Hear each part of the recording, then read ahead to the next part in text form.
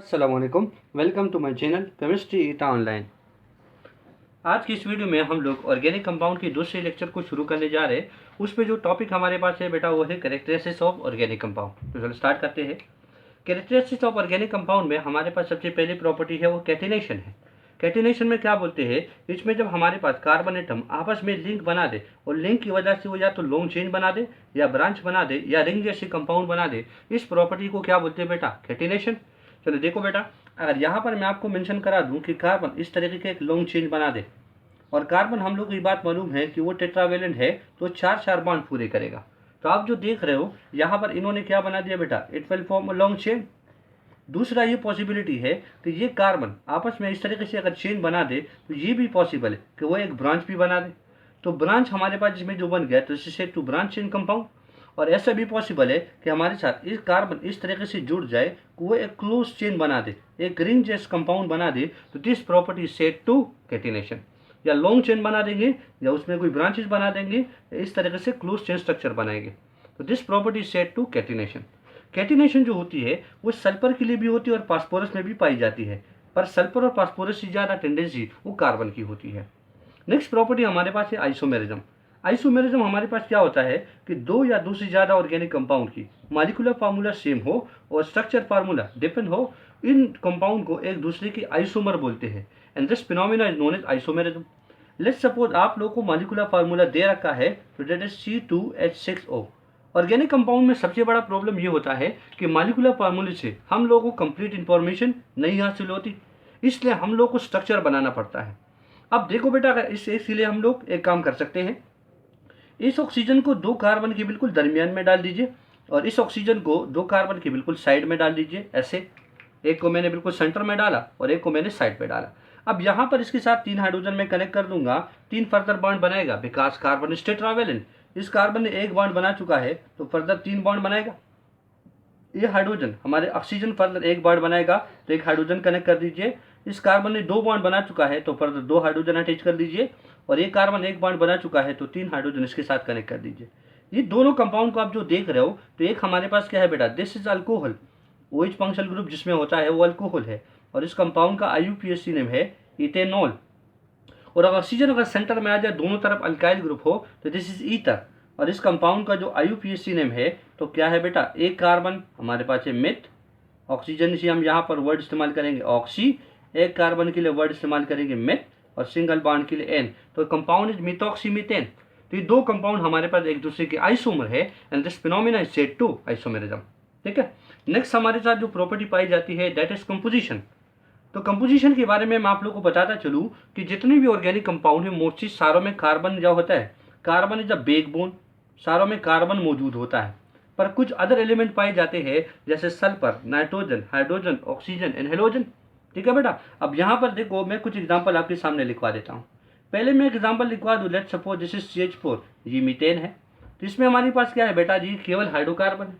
और अगर यहाँ पर मैं एक दूसरा कंपाउंड बना दूँ तो C2H6, this compound is said to ethane, जिसमें कार्बन और हाइड्रोजन शामिल है। अगर मान लें कि यहाँ पर मैं ग्लूकोज का फार्मूला ड्रा कर दूँ तो ये हमारे पास C6H12O6। तो ग्लूकोज में आप देख रहे हो बेटा हमारे पास कार्बन के साथ साथ हाइड्रोजन और ऑक्सीजन भी आ गए। अगर मैं यहाँ पर आपको बता दूँ कि हमारे साथ क्या है, मिथाइल अमाइन का फार्मूला ड्रा कर दीजिए। तो मिथाइल अमाइन का जो मॉलिक्यूलर फार्मूला है तो ये हमारे पास क्या है बेटा, वो CH3NH2। तो यहाँ पर क्या हो गया बेटा, नाइट्रोजन एक He2 एटम है, ये भी इसके साथ आ गया। तो कंपोजिशन में हमारे पास क्या हो बेटा, कार्बन इज बैकबोन और बाकी और एलिमेंट इसके साथ आ सकते हैं। नेक्स्ट को देखिए बेटा, नेक्स्ट प्रॉपर्टी हमारे पास क्या है, वो है नॉन आयनिक करेक्टर। तो अब नॉन आयनिक करेक्टर पर थोड़ी सी बहस कराते हैं। नॉन आयनिक करेक्टर का मतलब क्या है कि मोस्टली जो ऑर्गेनिक कंपाउंड होते हैं वो नॉन पोलर होते हैं। और नॉन पोलर के लिए ये बात जरूरी है कि हमारे पास इसकी इलेक्ट्रोनेगेटिविटी की जो डिफरेंस है, इलेक्ट्रोनेगेटिविटी की जो डिफरेंस है ये लेस देन क्या होनी चाहिए बेटा, लेस और इक्वल टू 0.5। नाउ देखो, अगर यहाँ पर मैं कुछ एग्जांपल ले लूँ, लेट्स सपोज मैं इथेन ले लेता हूँ। तो इथेन का जो मॉलिक्यूलर फार्मूला है दैट इज C2H6। अब देखो बेटा हमारे पास दो कार्बन है तो मैंने इसे लिखवा रखा और इसके साथ क्या है बेटा, तीन तीन हाइड्रोजन एक एक कार्बन के साथ कनेक्टेड है। अब ये मुझे बता दीजिए कि कार्बन की जो इलेक्ट्रोनेगेटिविटी है वो क्या है। तो कार्बन की इलेक्ट्रोनेगेटिविटी है बेटा 2.5 और यहाँ पर इसकी है 2.5। तो अगर दोनों का अगर हम डिफरेंस निकालेंगे तो क्या आएगा बेटा 0, और 0 आ गया, इसका मतलब डी मॉलिक्यूल क्या होगा बेटा कार्बन के रिस्पेक्ट पे नॉन पोलर। कार्बन हाइड्रोजन की बात कराते हैं तो कार्बन की इलेक्ट्रोनेगेटिविटी है 2.5 और हाइड्रोजन की इलेक्ट्रोनेगेटिविटी है 2.1, तो -2.1 हटा के क्या गया बेटा 0.4, और 0.4 इसका मतलब क्या है कि वो 0.5 से कम है, mean this is non polar. तो मोस्ट जो ऑर्गेनिक कंपाउंड होते हैं वो नॉन पोलर होते हैं, वो नॉन आयनिक इन कैरेक्टर होते हैं। नेक्स्ट बात मैं आपको बता दूं सोल्युबिलिटी के बारे में। तो जैसे आप लोगों को इस प्रॉपर्टी में मैंने बता दिया कि जो मोस्ट जो ऑर्गेनिक कंपाउंड होते हैं वो नॉन पोलर होते हैं, तो सोल्युबिलिटी आप लोगों को बिल्कुल पता है। उनका तो बेसिक प्रिंसिपल क्या है, that is like dissolve like.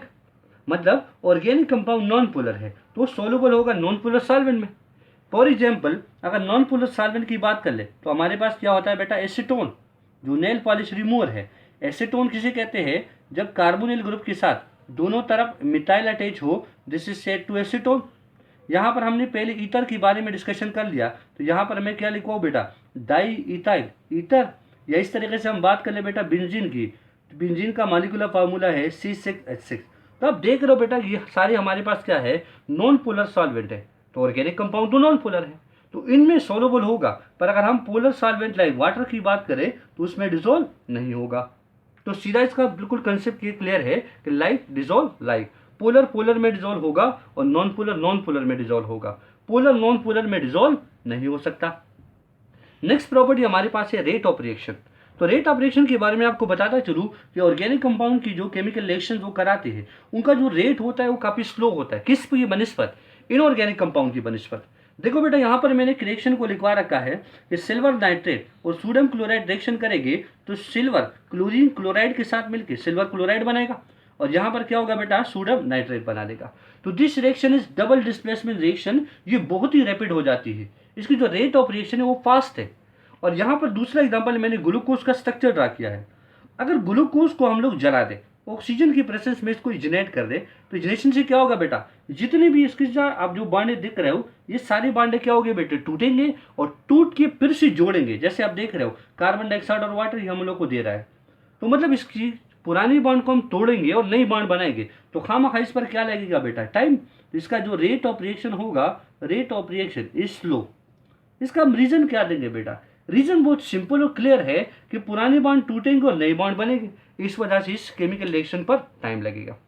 Next property हमारे पास जो है that is similar structure feature and behaviour.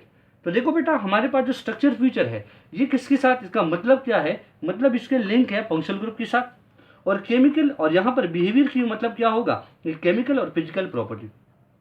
Chemical और फिजिकल प्रॉपर्टी जो होती है वो डिपेंड करती है किस पर बेटा फंक्शनल ग्रुप पर। अगर फंक्शनल ग्रुप को बदलाओगे तो ऑटोमेटिकल बात है कि फिजिकल और केमिकल प्रॉपर्टी मतलब उसका बिहेवियर कंप्लीटली चेंज हो जाएगा।